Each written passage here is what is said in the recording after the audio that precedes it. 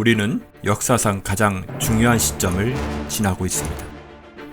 하나님께서는 하나님의 일을 하시기 전에 사람을 준비시키셨음을 우리가 알고 있습니다.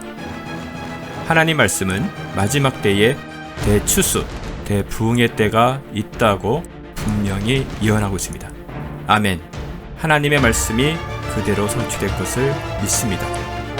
예레미야 눈물은 잠자는 교회와 영혼을 깨우기 위해 노력하고 있습니다.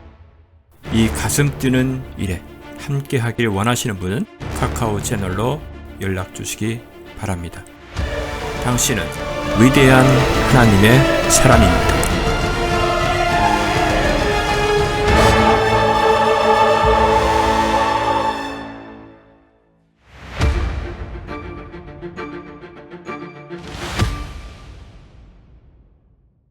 네, 반갑습니다.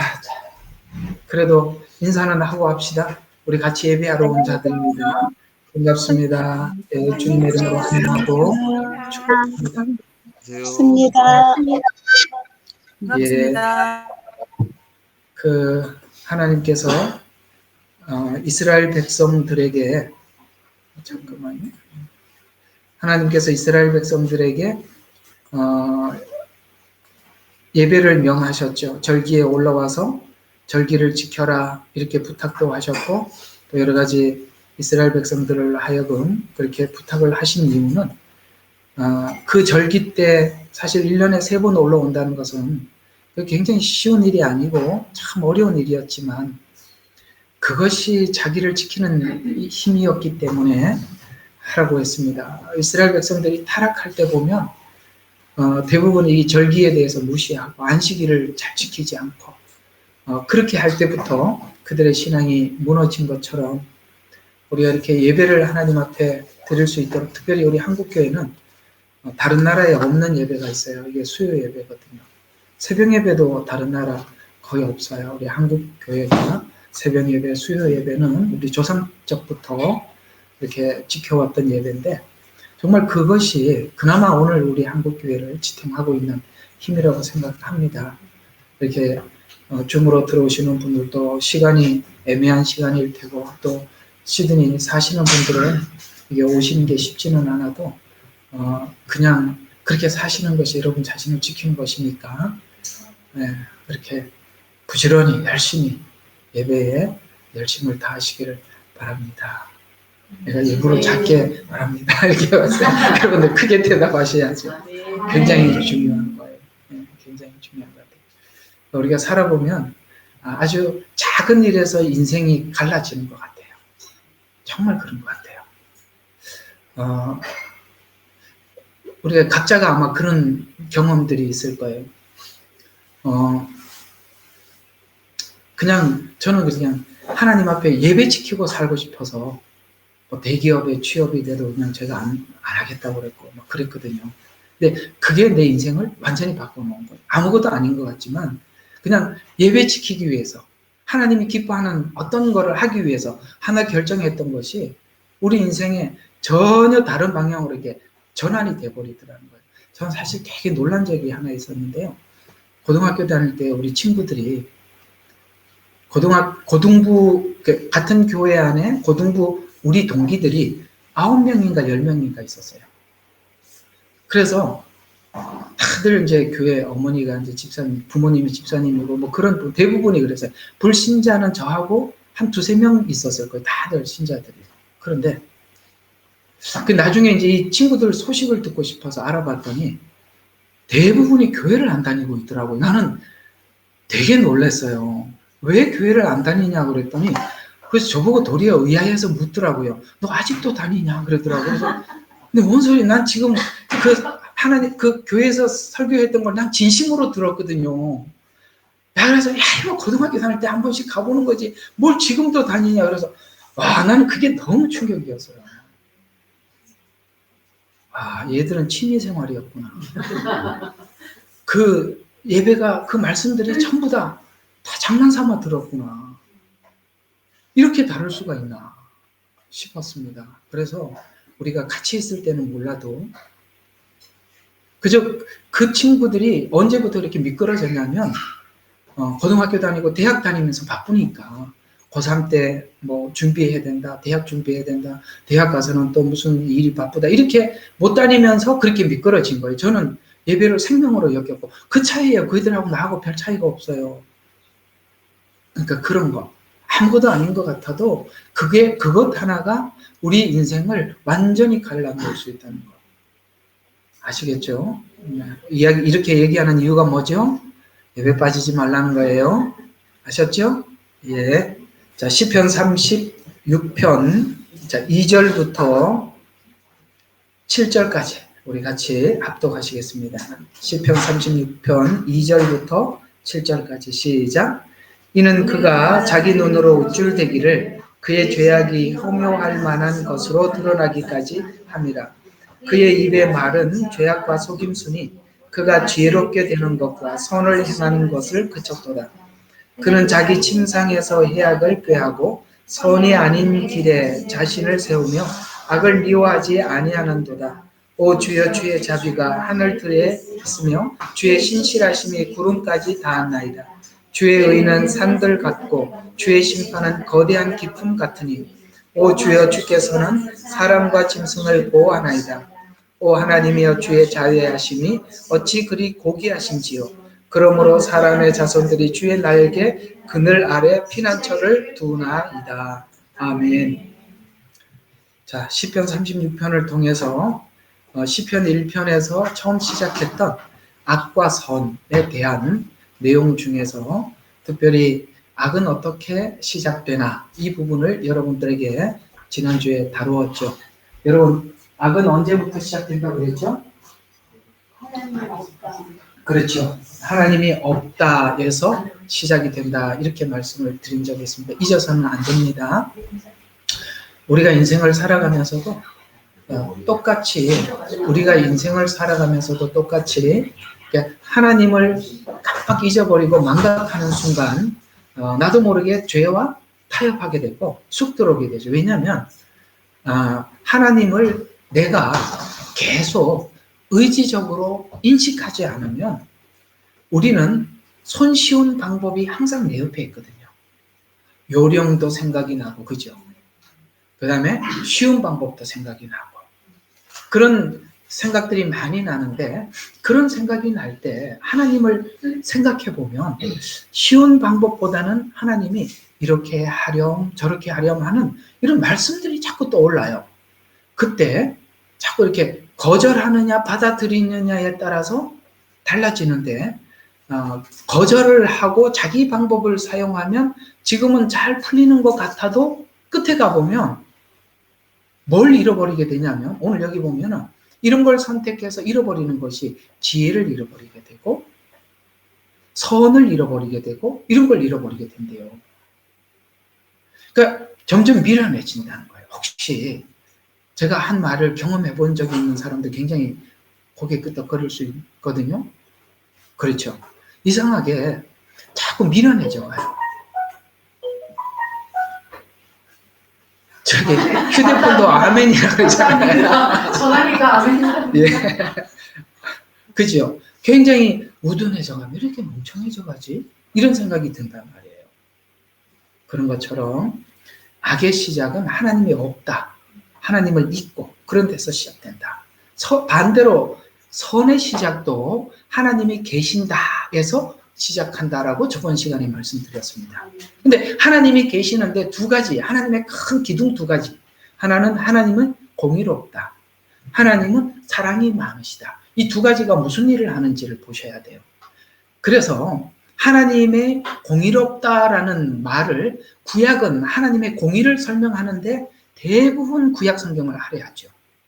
신약 성경은 하나님의 은혜와 사랑과 자비를 설명하기 위해서 대부분 설명을 해 들어가고 있는데, 그게 왜 순서가 사랑이 앞에 가고 공의가 뒤로 오지 않고 왜 공의가 앞에 갔느냐면, 인간은 공의를 가르쳐 주기 전에 사랑을 먼저 배워버리면 방종으로 가니까 질서를 깨트린다 이 말이에요. 그래서 하나님은 먼저 공의를 가르쳐 줘요. 그래서 우리가 예수 그리스도 밖에 있다가 들어온 사람들은, 어떤 사람들은 하나님의 공의에 줄을 잡고 그분은 심판하시는 하나님이다. 하나님은 죄를 눈 감지 않으신다. 이런 것 때문에 들어오신 분들도 있고 어떤 분들은 하나님은 사랑이시다라는 것을 붙잡고 들어오기도 하는데 하나님은 첫 번째 우리에게 가르쳐주고 싶은 것은 사랑으로 들어온 사람이라면 하나님은 공의를 알려주고 싶어 하시고 하나님의 공의를 붙잡고 들어온 사람이면 하나님의 사랑을 알려주고 싶어 합니다. 둘 다 우리는 인식하고 살아야 된다 이 말입니다. 그래서 공의를 모르는 상태에서 사랑만 인식하면 사람이 이상한 사람이 되죠. 막대 먹은 사람이 된다. 우리 쉬운 말로 방종, 좀 고급 단어로는 그렇게 되지요. 그러나 공의만 알게 되면 우리의 죄의 근원을 끊지를 못해요. 그게 문제예요. 공의만 알면 우리 죄의 근원을 끊지 못해요. 죄의 근원은 하나님의 은혜가 끊어내는 거예요. 그래서 율법 곧 공의는 내가 하나님 앞에 똑바로 살려고 하는 의지는 있다 할지라도 그 속에 있는 깊은 죄성은 해결할 수 없어요. 그래서 이 두 가지가 다 필요한 거예요. 그래서 어쩌면 이렇게 설명하는 게 더 좋을 겁니다. 신앙이 어릴 때는 하나님의 공의가 나를 다스리지만 신앙이 깊어지면 하나님의 사랑이 나를 잠식하는 겁니다. 이제 이 두 가지 의미를 이해하시겠죠? 그래서 악을 고치기 위해서는 하나님이 사랑이 많으시다에서 우리는 변화가 시작되는 것입니다. 오늘 시편은 대부분이 선과 악 속에 있는 우리의 갈등이 원래는 우리 악으로부터 시작했는데 선으로 가는 과정 속에 어떤 씨름이 있고 하나님께서는 얼마나 깊은 연단이 있는가. 그 연단 속에 있는 그 우리 내면의 씨름들을 그것을 언어로 표출해낸 게 시편이에요.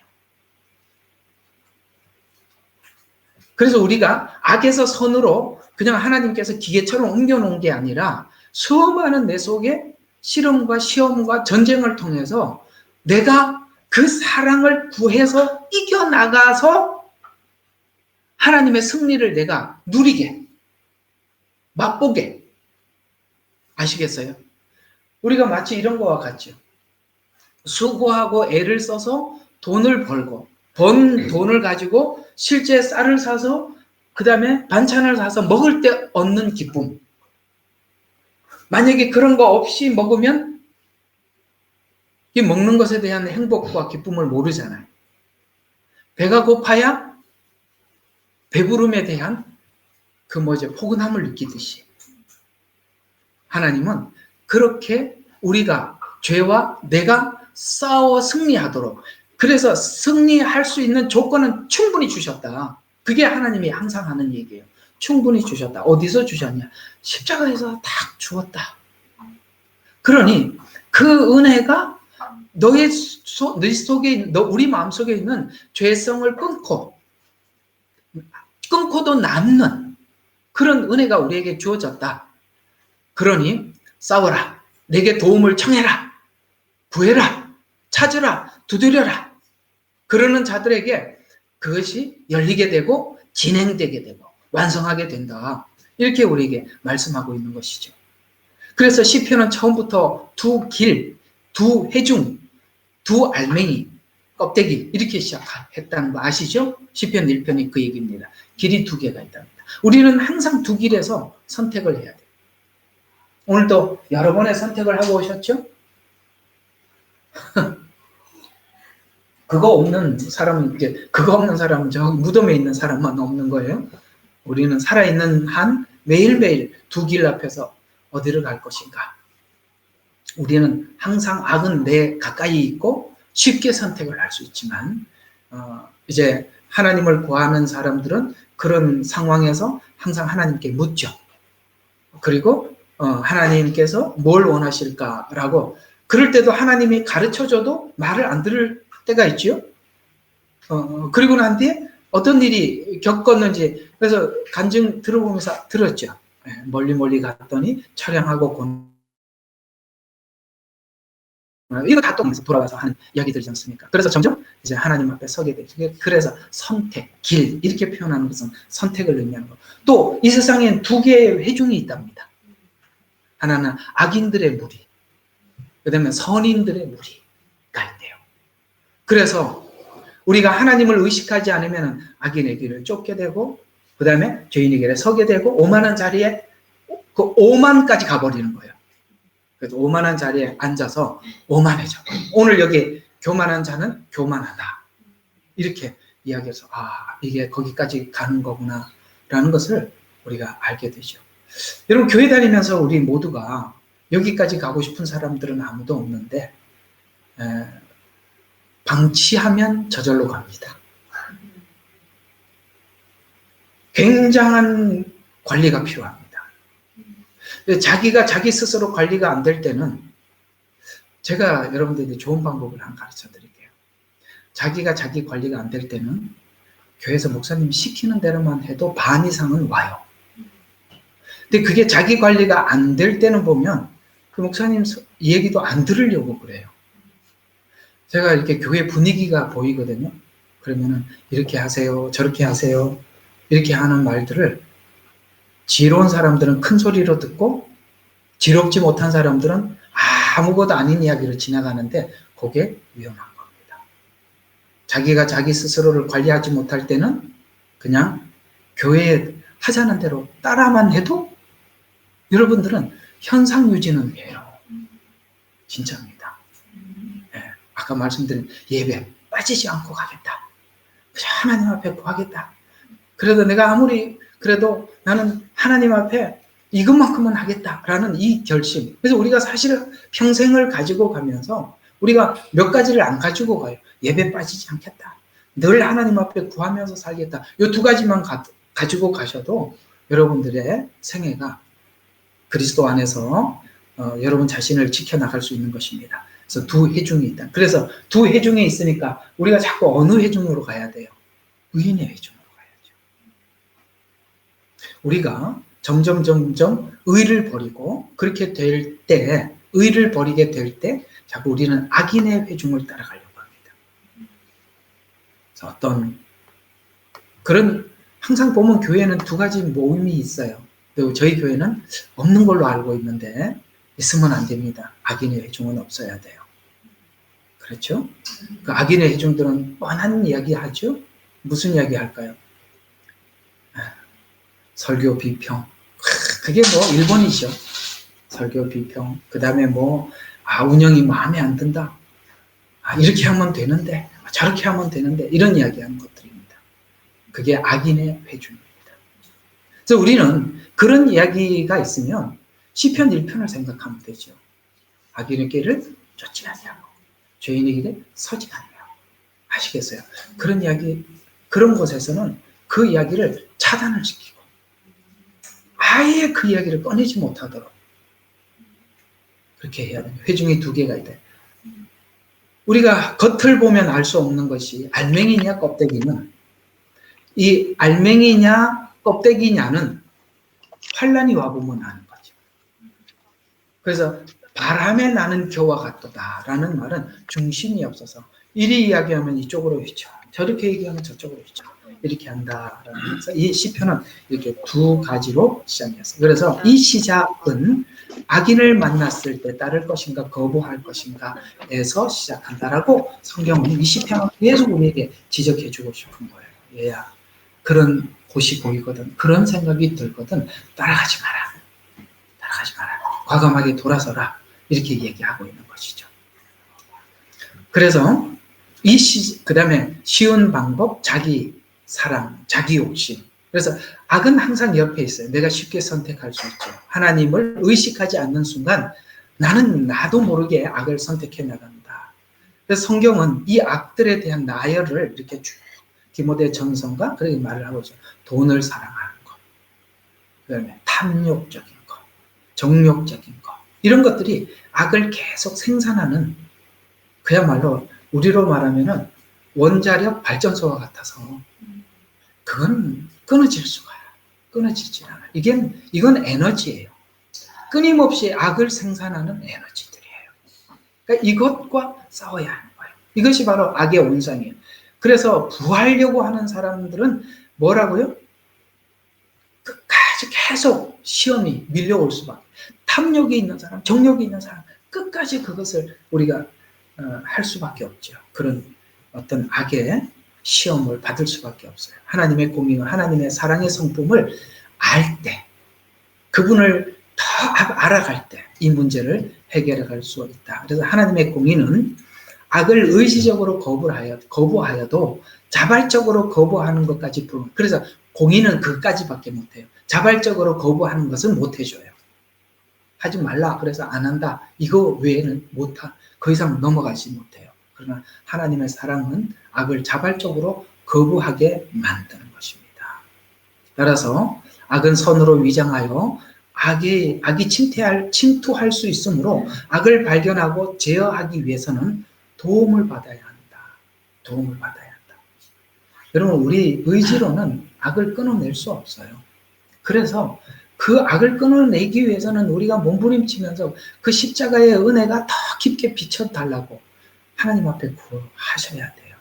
이 십자가가 비춰주시는 은혜가 뭐냐면, 사실은 십자가가 우리에게 깊이 비춰지게 되면 정말 내 속에 있는 깊게 숨어있는 죄까지 비춰주거든요. 그래서 바울이 그런 거예요. 나는 죄인 중에 괴수라고 이야기하는 거예요. 그러니까 그 빛이 깊게 비춰지면 신앙이 어린 사람들은요, 그냥 이렇게 때 묻은 것만 딱 씻고 화장 딱 하고 괜찮다고 하거든요. 진짜는요, 속을 이야기하는 거예요. 화장하면 깨끗한 건가요? 아시겠죠? 그래서 은혜를 구하면 정말 내가 예측하지 못했던, 상상할 수 없었던 죄까지도 하나님이 비춰주실 때 우리는 내가 내 문제를 내가 해결할 수 있는. 그래서 그걸 비춰주는 크기만큼 우리는 죄에서 돌아서는 것이거든요. 그래서 오늘 2절 한번 봅시다. 자, 그래서 우리가 이 악을 진단해 보아야 돼요. 내 안에 악이 지금 혹시 도사리고 있지는 않는가, 자라고 있지 않는가 보면, 하나님을 두려워하지 않는 자들에게 두드러지게 나타나는 증상이 자기중심적이라는 거예요. 자기중심적. 그 중심은 교만이다. 그래서 여기 오늘 본문을 한번 보세요. 그가 자기 눈으로 우쭐대기를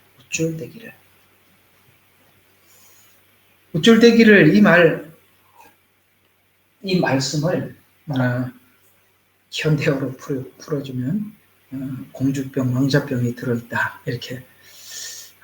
그보다 좀 더 심한 말이 있는지 잘 모르겠습니다. 이해가 가시죠? 우쭐대기를. 늘 남들에게 조금만 무시당하는 말만 들으면 견딜 수 없는 그 어떤 그 분노, 이런 것들이 다 교만이라는 것이 깔려 있어서 나오는 증상들이에요. 아시겠어요? 어떤 병이 있으면 그 병에 대한 증상이 나오는 게 있는데, 이렇게 자기 자신이, 우리가 이런 게 있어요. 정말 우리 옛날에 사모님 그 50일 기도회 할 때 어떤 그 여인 이야기, 남편이 바람을 피우고 어떤 여자를 데리고 와서 밥을 차려주고, 나는 여자가 있을 수가 없는 일이에요. 그걸 밥상을 챙겨주고 유자리를 깔아주고, 이게 말이 되는 거예요. 이게 만약에 살아있는 시체지 그게 사람입니까? 예, 살아있는 시체거든요. 정말 우리가 타인들에게, 여러분이나 저나 어떤 문제들을 직접 귀로 듣고도 그걸 소화시킬 수 있는 능력이 있으시다면 여러분은 진짜 합격입니다. 그걸 못 듣잖아요.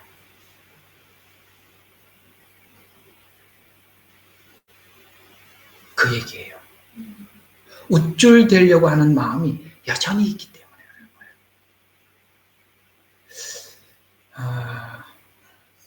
그 예수천당 영화 꼭 보세요. 제가 제일 좋아하는 영화입니다. 정말 좋아합니다. 거기 보면 그 예수천당에 나오는 최권능 목사님 있죠. 그러니까 예, 원래 이름은 최건능이 아니에요. 하도 건능이 많이 나타나니까 사람들이 이름을 지어준 거예요. 최건능이라고. 근데 예수님 만나서 너무 은혜를 받고 사람들인데 요한복음 쪽복음을 나누어 줬는데 어떤 사람이 거기다 담배를 말아서 피우는 거예요. 옛날에 그 아시죠? 담배 이렇게 종이 있으면 말아서 피우는 거. 그걸 보고 막 화가 갑자기 막 머리 끝까지 나왔고 가서 막 탁 펴려고 그러다가 깜짝 놀란 거예요. 옛날에 그런 것만 보면 그냥 손이 올라갔던 그게 자동으로 나오니까 그때 막 하나님 앞에 회개하고 또 한 번은 동네 사람들이 막 싸우는 거예요. 중간에 가서 말렸어요. 말리니까 말린 사람 그 최건능 목사님을 때렸거든요. 혹시 그 영화 보셨어요? 그랬더니 예, 꼭 보세요. 아, 내가 그런 영화. 그래서 때렸더니 갑자기 탁 번쩍 생각이 나. 한 대 더 치라고 그러는 거예요. 그래서 너무 놀래갖고 왜 그러냐고 그랬더니 나 이미 죽었다는 거야. 나는 그 말이 너무 명언이라고 생각합니다. 우리는 이미 죽었어. 죽었나 살았나는 말을 해보면 알아. 말을 해보면 알아.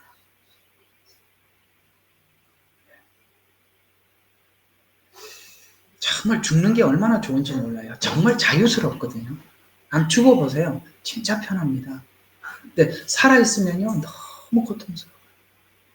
죽는 게 정말 행복합니다.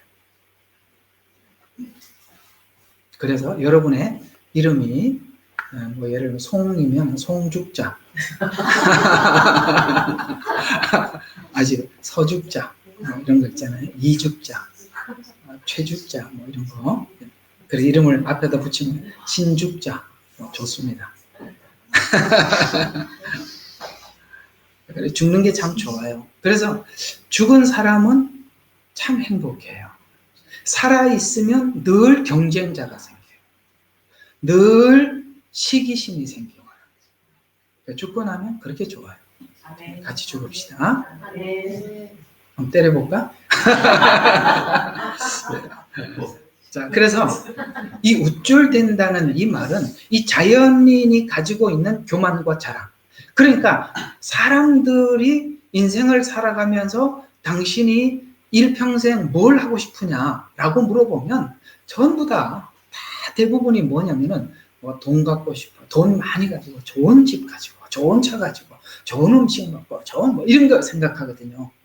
이게 다 어디서 우쭐대고자 하는, 이게 자연인이 예수님을 모를 때 모든 사람들이 저절로 가질 수밖에 없는 그런 죄성이라는 거예요. 옛날에 중국에서 이제 제가 사모님은 회화를 가르쳤죠. 네, 나는 팅리라고 이렇게 우리 듣기. 저는 참 이렇게 편한 거, 이게 좀 어려운 거였죠. 기계실에서 이제 이렇게 녹음기 틀어주고 그리고 이제 내가 지금 한국어 발음만 가르쳐 주는 그거 이제 처음에 이제 중국 갔을 때 하나님께서 그런 학교에서 한국어를 가르치게. 근데 요 애들한테 어떻게 복음을 잘해야 되겠는데 그거 전하면 안 된다고 이렇게 사인을 하고 가거든요. 근데 말하면 안 돼요. 근데 그걸 어떻게 전할까 머리를 쓰다가 어떤 그 주제가 나왔는데 제가 이제 애들한테 한번 물어봤어요. 여러분들의 소원이 뭐냐? 꿈이 뭐냐? 그러니까 100% 돈 많이 버는 거래. 근데 그런 말할 줄 알고 있었죠. 그 말하라고 내가 물어본 거예요. 그래서 돈 많이 벌어서 뭘 하고 싶으냐? 일부러 하나하나 다 물어봤어요. 한 반을. 그랬더니 똑같아.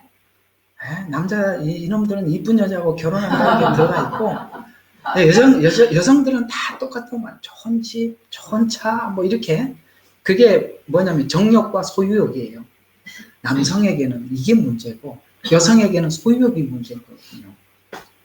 그래서 다 끝나고 난 뒤에 제가 이제 앞에 서서 나한테는 안 물어보냐 안 물어봐서 그러니까 애들이 정신이 든데 선생님은요. 그래서 이제 제게 물어서 제가 이야기를 했어요. 나는 돈이 많으면 교회를 세우고 학교를 세우고 병원을 세우고 싶다. 왜요? 근데 자기들하고 너무 다르잖아. 자기들은 자기를 위해서 뭘 하고 싶은데 나는 왜 교회를 세우냐? 왜 학교를 세우고 왜 병원을 세우냐? 당신에게는 아무 그게 없지 않냐? 혜택이 없지 않냐? 라고 해서 내가 왜 교회를 세워야 하는지를 설명하면서 예수님을 보게 한 거야. 아주 지혜롭게. 왜? 그거는 내가 그들에게 복음을 전한 게 아니고 걔들이 물어서 대답해 준 거니까. 이런 건 또 괜찮아요. 그러니까 유도 질문을 해야 돼. 그런 것처럼 사람들이 가지고 있는 꿈과 소원은 다 똑같아요. 이게 다 우쭐대고잖아. 이게 자연인이 가지고 있는 다 속성인데 우리가 예수 그리스도 안에 들어와서도 이렇게 바뀌면 안 돼요. 이 우쭐됨이 예수라는 이름으로 우쭐대고자 하는 그런 변형돼서 또 나타난단 말이에요. 이게 바로 구약에 나타나는 우상숭배예요. 하나님께서 이스라엘 백성들에게 그토록 책망한 이유가 뭐냐면 너희들이 하나님의 이름만 부르지 내가 우상과 다를 바가 뭐가 있냐 이 이야기예요. 그러면은 우상이란 뭐죠? 내 진심을 보여주고 그가 가지고 있는 능력만 받으면 되는 거예요. 그 진심을 보이기 위해서. 그래서 지성이면 감천이라고. 이게 우상을 섬기는 사람들이 가지고 있는 신앙심이에요. 지성이면 감천. 이게 무슨 말이죠? 내 이 진심이 신을 감동시키는 거예요. 신을 감동시켜서 내가 원하는 걸 얻어내는 거지. 그게 우상 숭배인데 우상을 그렇게 섬겼는데 하나님도 그런 대상으로 보고 있었다는 거죠. 그게 하나님이 너무너무 분노가 나는 거예요. 쉽게 말해서 하나님과 인격적 만남이 아닌 그분의, 그래서 구약에서는 시편에서는 그걸 너희들이 여호와의 손을 보았다라고 이렇게 표현하는 거예요. 손, 능력이잖아요. 하나님은 얼굴을 보자고 그러는데 손을 보고 있다는 거예요. 이게 우상숭배예요. 하나님 그런 분 아니잖아요. 그죠?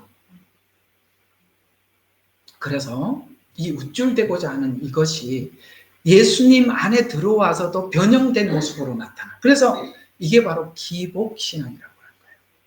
그래서 하나님께 막 구하는 거예요. 이거 주세요. 저거 주세요.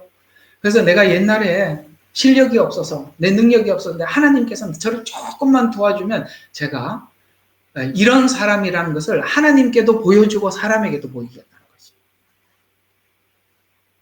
기가 막히. 여러분 우리도 그런 걸 눈치채는데 그죠?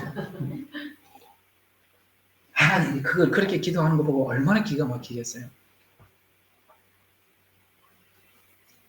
자, 사울의 인생과 다윗의 내면의 차이가 바로 이 부분이 서로 달라요. 교만과 자랑의 차이입니다. 사울에게는 교만과 자랑의 증상이 이렇게 나타났어요.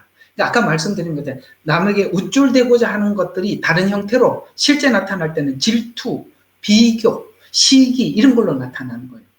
만약에 우리가 우쭐댈 마음이 전혀 없으면 비교할 게 없잖아요. 남들이 잘 때 질투할 게 아무것도 없거든요. 그런데 사울은 이런 것들이 계속 다윗을 향해서 끊임없이 질투하고 비교하고 시기심 이 모든 것이 자기중심적이기 때문에 나타난 증상이에요. 그래서 성경은 이렇게 부탁하고 있어요. 자, 너희들이 그 연약한 지체를 볼 때 연약한 지체를 보거든 야 내가 쟤보다 낫네? 이렇게 가지 말고 뭘 하라고요? 서로 자기를 돌아봐라 이렇게 이야기를 하는 거예요. 그러니까 실제 사람들이 어떤 그 하나님 앞에 죄를 범하던가 혹은 어떤 사람들이 어떤 현상을 볼 때 항상 그걸 나를 보는 거울로 보지 나하고 비교해서 보지 않는단 말이에요. 그러니까 상대방을 항상 나의 거울로만 보는 거지. 그러면은 책망할 것이 나에게만 있지. 저에게는 없으니까. 왜 남들의 티가 자꾸 보이느냐면 내 안에 우쭐대려고 하는 마음이 있기 때문에 그게 보이는 거예요. 우리가 이런 게 있잖아요. 누군가가 뭔가 어떤 실수를 하면 누구는 보는데 누구는 못 봐. 그런 게 있죠. 그 참 신기한 게 남자들이 보는 관점하고 이런 거는 여자들이 참 잘 보시더라고요. 저는 여자가 아니기 때문에 잘 모르겠습니다. 그래서 그러니까 우리에게 그런 마음이 없으면 항상 거울로 보지. 얘가 나보다 못했네. 아이고 내가 좀 낫네. 아니면은 얘가 좀 나보다 낫네? 좀 좋네? 그래서 내가 시기하던가? 아니면은 질투, 시기는 다른 그거잖아요. 그런 식으로 나타나지 않더라. 그래서 갈라디아서 6장 1절에 보면 다윗은 자기를 돌아본 것처럼 형제들아 어떤 사람이 무슨 잘못을 범하였으면 영적인 영이라. 영적인 사람들은 온유한 영으로 그런 자들, 왜 온유한 영이라고 이야기하는지 아십니까? 온유한 성령님 오시라 이런 얘기가 아니라 우리가 온유할 수밖에 없는 죄인이라 이 말이에요. 이 온유는 자기 죄를 보는 자만이 온유해 줄 수 있어요. 그래서 온유한 영으로 그런 자를 바로잡고 내 자신을 돌아보아 너도 시험에 들지 않도록 해라.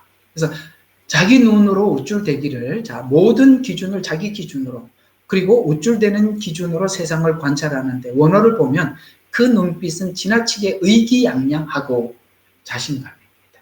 이 자신감. 자기 의지에 대해서 자기가 믿는 거예요.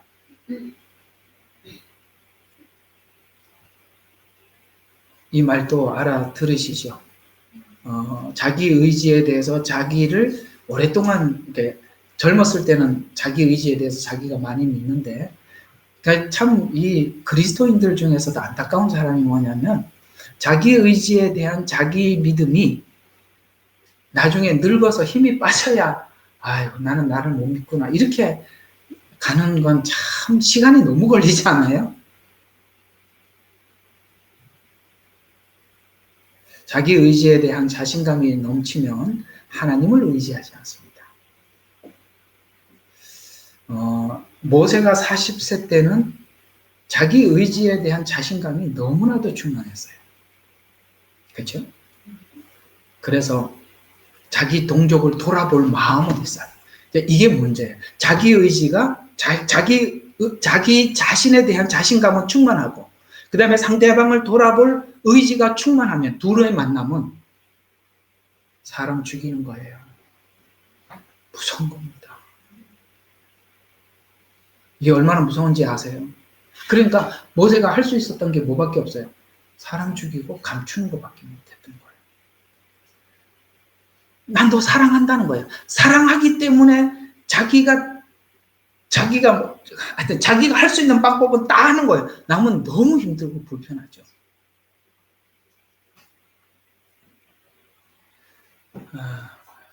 이 말 알아들으셨으면 좋겠어요.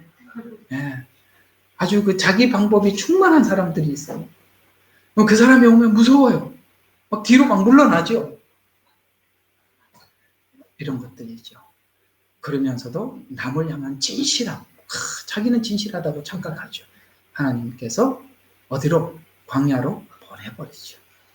광야에서 그럴 사람을 만나지 못하는 거예요. 거기서 누가 있어? 양들. 네, 양들이 얼마나 답답합니까? 말을 하면 알아들어요. 뭐 말하면 이러고 말지. 그러니까 나중에는 말을 하도 안 해서 혀가 퉁.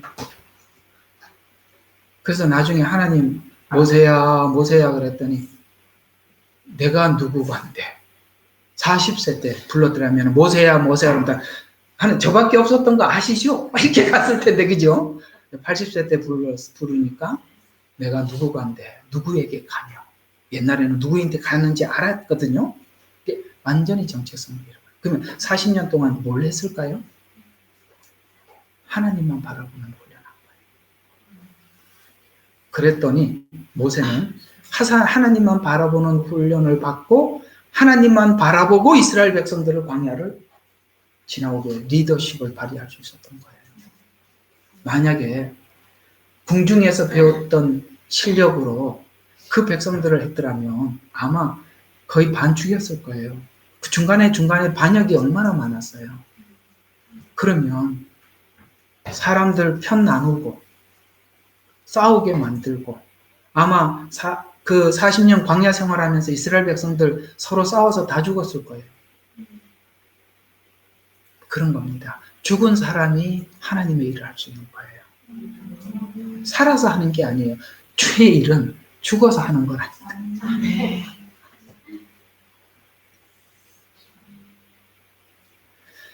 그래서 지나치게 의기양양하고 그래서 교만한 자기중심이 죄의 방향이고 목적지예요. 그래서 이게 누구의 특성과 똑같냐면 사단의 특성과 같아요. 이사야서 14장 12절과 14절 한번 찾아봐야 돼요. 이사야서 14장 12절에서 14절. 이게 사단의 특성하고 똑같다는 거예요. 자, 오 아침의 아들 루시퍼야, 내가 어찌 하늘에서 떨어졌느냐? 민족들을 연약하게 하였던 내가 어찌 땅으로 끊어져 내렸느냐? 이는 내가 내 마음속으로 말하기를, 자, 마음속으로 내가 하늘로 뭐예요? 올라간답니다. 그래서 사단은 내려올 줄 몰라. 올라가는 것밖에 몰라요. 그래서 어디까지 올라가려고 그래요? 내가 보좌를 하나님의 별들보다 높일 것이요, 내가 또한 북편에 있는 회중의 산 위에 앉으리라. 거기까지 올라가겠대요. 제가 사실 호주 오기 전에 그 인도 가려고 가서 그 실리구리라는 지역이 있는데, 인도를 보면은 이렇게 삼각형으로 큰 대륙이 생겼고, 혹시 그 대륙 옆에 또 삼각형만한 조그만한 삼각형이 또 하나 있는 거 아세요? 이제 요 큰 삼각형에서 작은 삼각형으로 넘어가는 요 자리가 실리구리라는 지역이에요. 이 실리구리는 참 신비로운 곳이에요. 그러니까 이쪽으로는 이쪽도 인도고 이쪽도 인도인데, 밑으로 내려가면은 방글라데시, 미얀마가 붙어 있고 위쪽으로는 네팔이에요. 근데 그 지점이 어디냐면은 그 무슨 산이죠? 제일 높은 산, 히말라야 산이에요. 그 조금만 가면 히말라야 산의 가장 높은 봉이 보여요. 내가 거기 가서 연구한 중에 제가 연구한 거는 아닌데, 그러니까 선교 연구가들이 연구한 중에 특이한 걸 발견했어요. 그게 뭐냐면, 그곳에서 그 실리구리를 중심으로 해서 힌두교가 생겨났고, 그걸 중심으로 해서 무슬림이 저쪽 방향으로 하고, 딱 센터가 그 히말라야 산이라는 걸 알고 굉장히 놀랐어요. 그게 오늘 이게 답을 주었던 거예요. 높은 곳에 좌정하리라. 그래서 가장 높은 거기에서 지금 이 지구촌에 있는 악한 종교들이 거기서부터 모두 흘러나왔던 거예요. 이야, 놀랬죠. 그래서 이곳이 아주 선교의 요충지구나 하고 이제 선교사님들이 알고 거기 기도하러 많이 들어와 있었어요. 기도 사역자들. 그것과 대적하기 위해서. 그래서 이거 이제 힌트를 여기서 높은 곳에 자정하리로다 라고 하니까 실제 높은 곳, 그러니까 히말라야 산이 나왔고, 그쪽을 연구하다 보니까 여기 이런 종교들이 여기서 출생. 부탄 불교 생산, 힌두교 생산지가 네팔이에요. 여러분, 인도가 아닙니다. 근데 저쪽으로 가면 파키스탄 이렇게 해갖고 무슬림이 이 산맥을 중심으로 모든 종교들이 이렇게 좌우로 이쪽 동서양으로 흩어져 버린 거예요. 그래서 하여튼 그런 일들이 한번 있었습니다. 그래서 참 귀한 발견을 했구나. 그래서 저도 실리구리 가려고 그랬는데 하나님이 호주로 가라 그래서 여기 왔습니다. 실리구리 가려고 아주 열심히 준비하다가 왔습니다. 네. 자, 높일 것이요. 이해가 가십니까? 우리 마음속에 이런 마음이 사단의 마음이요, 자연인의 마음이다. 그런데 그래서 우리가 주님을 만났다, 구원을 받았다라는 말은 바로 성품의 변화가 있는 거예요. 어떻게? 주님의 성품이 내 속에 들어가는 거예요. 그게 뭐냐? 사랑이 많고 은혜롭고 자비로움이, 구원받은 사람들에게는 사랑도 흘러가고 그 사람에게 뭔가 다른 사람이 없는 자비가 있어요. 그러면 다른 사람이 없는 은혜도 상대방이 느끼게 돼 있다 이 말이에요.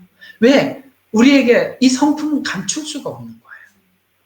높아지려고 하는 성품도 감출 수가 없고, 낮아진 성품도 감출 수가 없어서, 그것이 네가 높은 마음이 네 속에 있느냐 낮은 마음이 있느냐를 야고보서는 네 말이 그걸 증거해 준다 라고 말하는 거예요.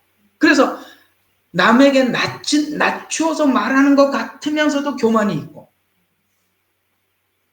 그건 상대방은 금방 느끼죠. 그래서 우리가 구원이란 무엇이냐? 바로 주님과의 만남. 그 만남 안에서 성품이 변화돼. 사단은 사악하고 교만한 자기 기준으로 세상을 바라고. 그래서 굉장히 자기 중심적이에요. 그래서 이렇게 이야기하잖아요. 사단이 하와에게 또 말 기억하시죠? 하나님 같이 되리라. 요게 누구 이야기냐면 자기 마음. 자기도 하나님 같이 되려고 하다가 쫓겨났거든요.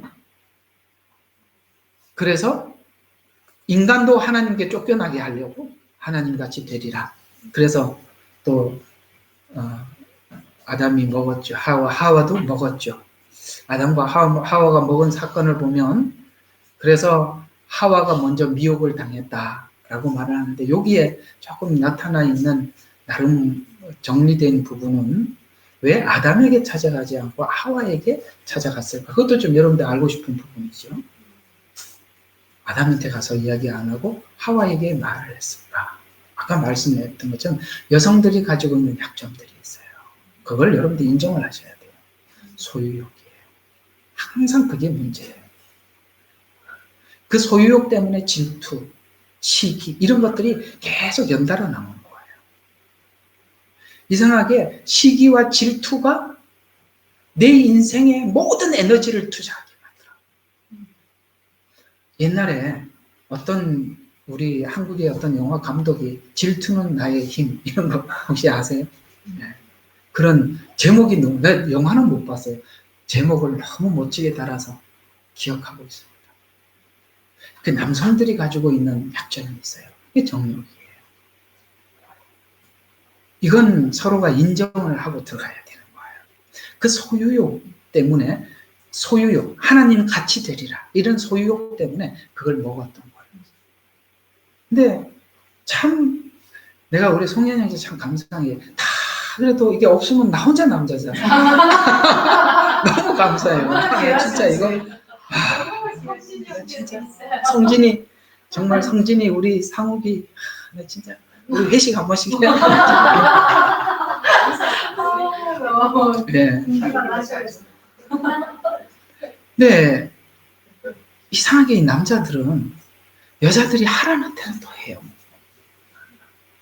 이게 참 이런 경우를 제가 목회하면서 많이 보는데 남자는 예수를 믿고 여자가 예수를 안 믿으면 남자는 얼마 안 믿다 안 믿어.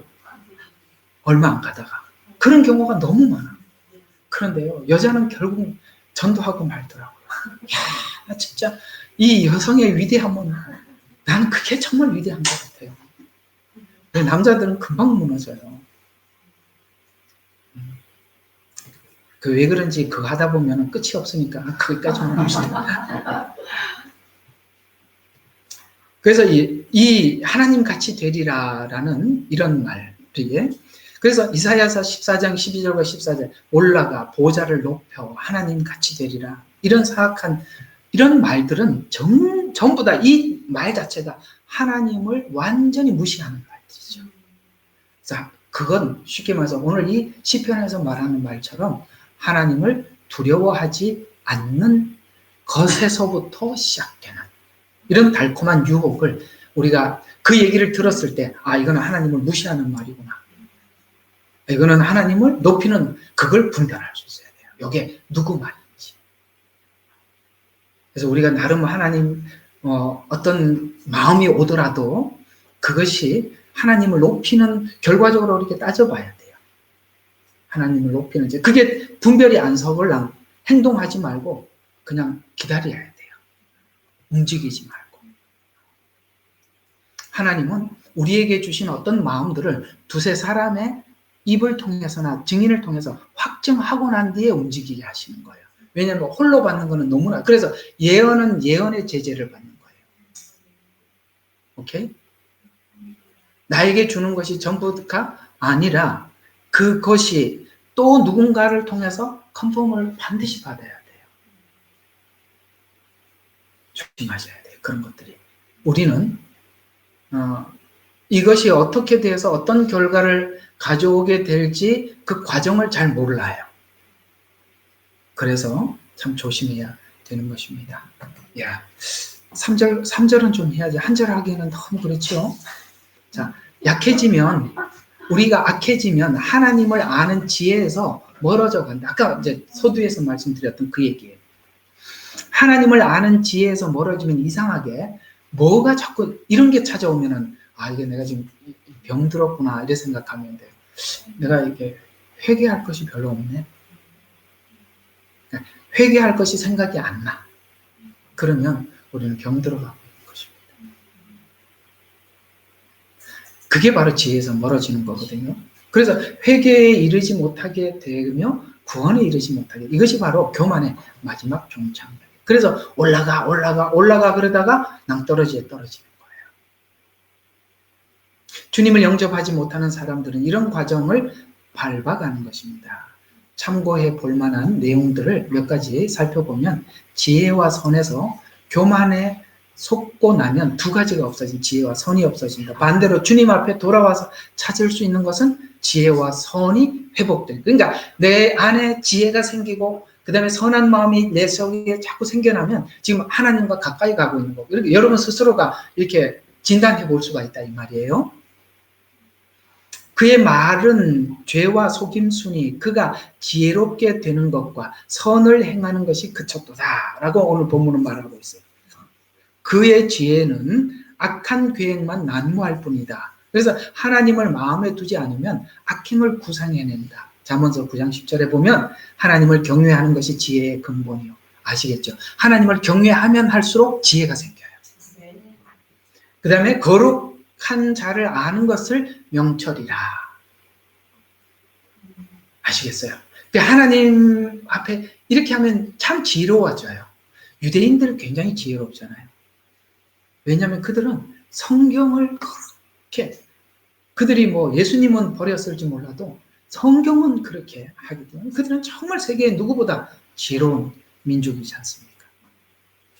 자, 이 경외라는 말은 지혜 회복의 시작점이에요. 거기서부터 지혜가 시작되는 것입니다. 하나님을 경외하지 않고 모든 지혜는 자기중심적이고 모두가 악한 지혜일 뿐입니다. 하나님을 알기 전에는 아무도 지혜로운 자가 없었습니다. 시편 14편 2절과 3절에 보면 하나님이 하늘에서 인생들에게 지각이 있어 하나님을 찾는가 살펴보았지만 한 사람도 없었다. 그러니까 인간은 인간 스스로 하나님을 찾지도 않았고 지혜가 안 생겼는데, 놀랍게 우리가 주님을 만난 이후부터 지혜가 생긴 거예요. 세상을 보는 지혜도 생기고. 그러니까 우리가 이 말씀을 통해서 세상을 투영을 하니까 일어나고 있는 일들이 우습죠. 결과가 어떻게 될지도 뻔하고 그러든 이런 지혜들이 우리에게 생겼어요. 지혜와 선은 직접 상관관계가 있다는 것을 알게 되는데, 지혜가 없어지면 선을 구하지 않아요. 선을 구하지 않으면 의를 추구하지 않게 됩니다. 잠언서 2장 20절에 보면 지혜가 너로 선한 자의 길로 행하게 하며 또 의인의 길을 지키게 하라 합니다. 그래서 하나님의 지혜는 선행이고 하나님을 기쁘시게 하는 것입니다. 이 하나님의 지혜는 어린아이와 같은 자들에게 주십니다. 오늘 이 부분까지 좀 해야 돼요. 어린아이는 자신의 약함과 지혜 없음을 인정하는 사람이 하나님의 지혜를 주신대요. 그러니까 나 지혜 없어요 라고 하나님 앞에 고백하는 자에게 하나님의 지혜를 주신대. 왜 그러냐면은 내가 이미 지혜가 있다고 생각을 하니까 하나님의 지혜를 구하지 않아요. 그래서 하나님의 지혜를 받을 수가 없는 거예요. 그래서 예수님 하신 말씀이 마태복음 11장 보세요. 그 말이 그 말이에요. 그 말이라고요. 11장 23절부터 한번 보겠습니다. 11장 23절부터 24절. 자, 가버나움아 하늘까지 높아진 너는 지옥까지 낮아지리라. 너에게 행하였던 권능을 소돔에게 행하였더라면 그 성읍이 오늘까지 남아있으리라. 얼마나 지혜가 없으면 소돔은 아직도 하나님이 심판하면 돌이킬 지혜가 남았는데, 이들은 얼마나 지혜가 없는지 뭘 해도 못 알아차리더라 이 말이에요.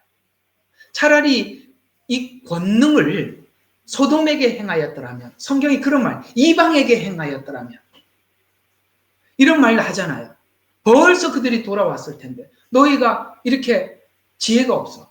주님이 와도 말을 해도 못 알아듣고. 왜 그렇다고요? 교만하니까. 못 알아듣는 거예요. 여러분, 교만은요, 아무 소리가 안 들려요. 근데 여기서 한 가지가 이런 말이 있다는 걸 기억하셔야 돼요. 소돔에게 권능을 행하였더라면. 여러분, 소돔은요, 거의 영적 마비 상태였잖아요. 근데 권능은 안 행하고 바로 심판하셨죠. 거기에 뭐 한 거 없잖아요. 여러분, 권능은요, 정말 고집이 센, 말을 해도 안 믿는 사람들에게 하나님이 보여주는 게 하나님의 권능이에요.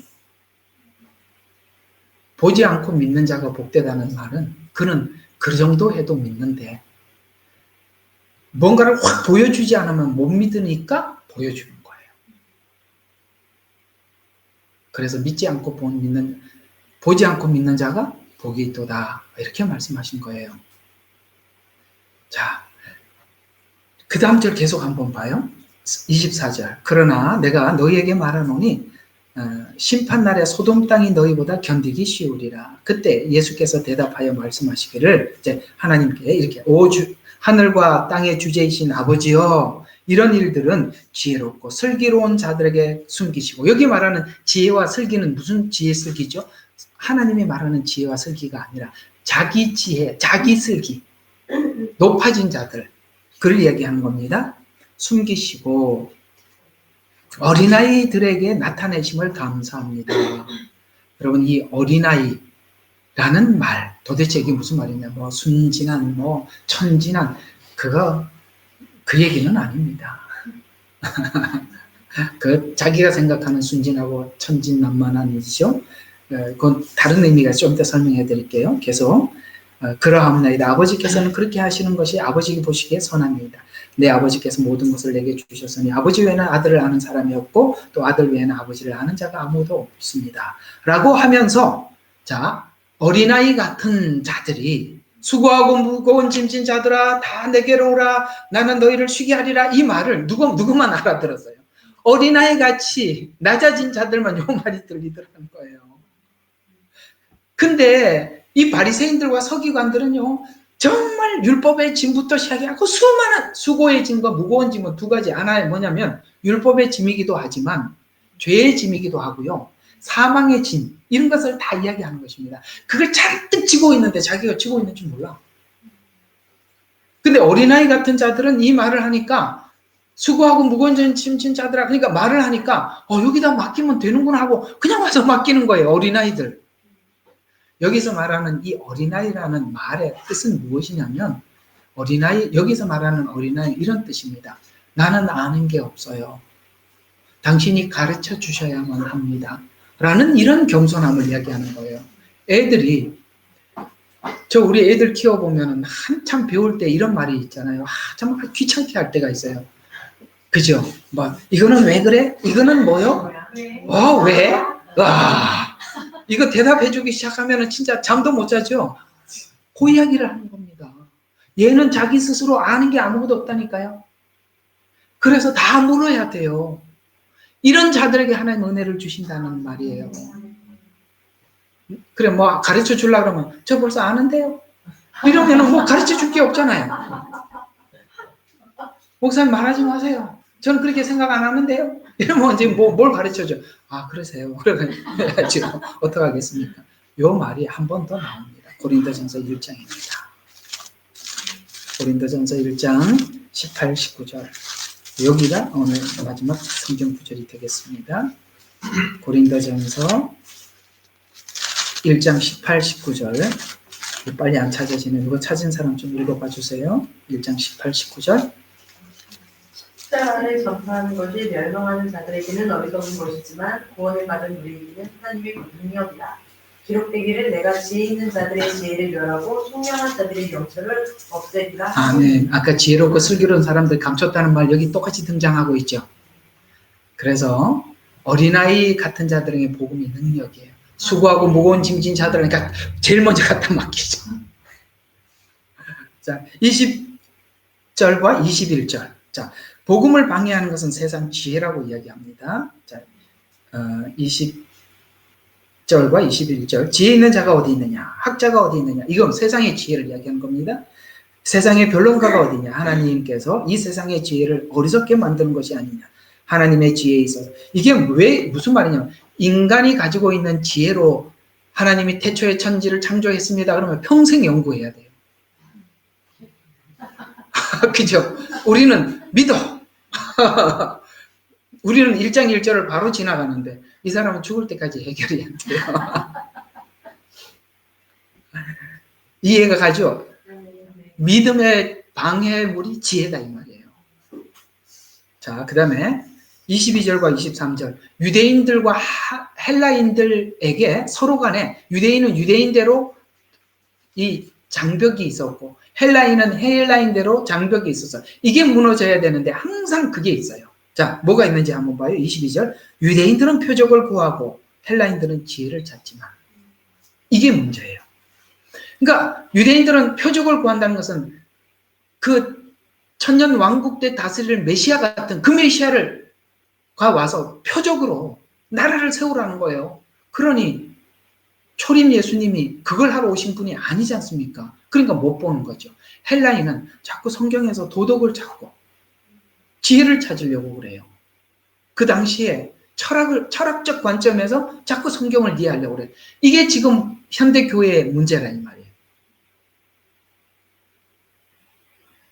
그러나 우리는 십자가에 못 박히신 그리스도를 전파하니 이는 유대인들에게는 거치는 것이 되고, 왜? 표적을 찾으니까 이게 거치는 거죠. 헬라인들에게는 어리석은 거예요. 이게 무슨 지혜야. 이렇게 어리석은 것이 되지만 부르심을 받은 자, 오늘 마태복음 아까 6장인가요? 거기 말씀대로 어린아이 같은 자들에게는 뭐가 돼요? 부르심을 받은 자, 유대인이나 헬라인들에게 그리스도는 하나님의 능력이요 지혜니라. 그래서 이는 하나님의 어리석음이 사람보다 더 지혜롭고 하나님의 연약함이 사람보다 더 강하기 때문이라는 걸 우리는 믿죠. 그래서 내가 아무리 옳다고 생각해도 하나님이 아니다라고 하면 우리는 네 하고 돌아섭니다. 투말을 하지 않죠. 왜? 우리가 이걸 아니까. 자, 오늘 이야기들 한번 정리해 볼게요. 우리 신앙의 가장 장벽이 뭐냐? 교만입니다. 남들한테 인정받고 싶어하는 욕구. 그것 때문에 우리 신앙이 얼마나 많이 방황합니까? 맞죠? 참 그것 때문에 너무 많은 세월을 보내고 돌아와요. 예수 밖에서 인정받지 못했는데 예수 안에서 한번 인정받아보자. 그래갖고 한번 그냥 기도하고 나 이런 사람 아니라는 걸 증명해달라고 철야 기도하고 됐다 하지 마라 그러면 밥 안 먹고 한 3일 기도했는데도 안 하니까 하나님 저 이틀 더 연장입니다 막 이러고 밥 먹어라 제발. 그래 살지 말자. 아시겠습니까? 요즘 생각 드는 것은 그거예요. 하나님, 내가 살면서 아무것도 안 해도 좋아요. 나사로로 살아도 좋아요. 내가 하나님 앞에 내 이 순결한 믿음 빼앗기지 않고 다 지켜주세요. 살아있는 것 조금 있으면 11월 달이에요. 지금 11월 달이네. 이제 조금만 더 있으면요. 2024년이에요. 우리 성구영신 예배 엊그제 했잖아요. 여러분, 우리 나이 금방, 그거 얼굴 내려고 해봐야 순식간에 지나가는 거예요. 여러분, 그 얼굴 내면 뭐해요? 다 지나가고 없는 건데. 우리가 하나님 앞에 서는 날을 생각하고 살자고. 아시겠죠? 네. 기도하고 마칩시다. 좋으신 아버지, 오늘도 이 귀한 말씀을 통해서 은혜 주셔서 감사합니다. 사람들에게 우쭐대고자 하는 그런 마음이 자연인일 때 가졌던 마음인데 여전히 예수님을 믿고도 예수님 앞에서 여전히 그 마음을 하나님 앞에 주장하고 있다면 그것이 얼마나 어리석은 것인지 오늘 시편 말씀을 통해서 36편 말씀을 통해서 우리에게 은혜 주시니 감사합니다. 늘 우리 자신을 돌아보고 점검하며 아버지 하나님 앞에 그 순결한 마음을 유지하고 지킬 수 있도록 하나님 우리 마음과 생각을 지켜주시옵소서. 오늘도 주신 말씀 감사드리옵고 예수 그리스도 이름으로 기도합니다. 아멘.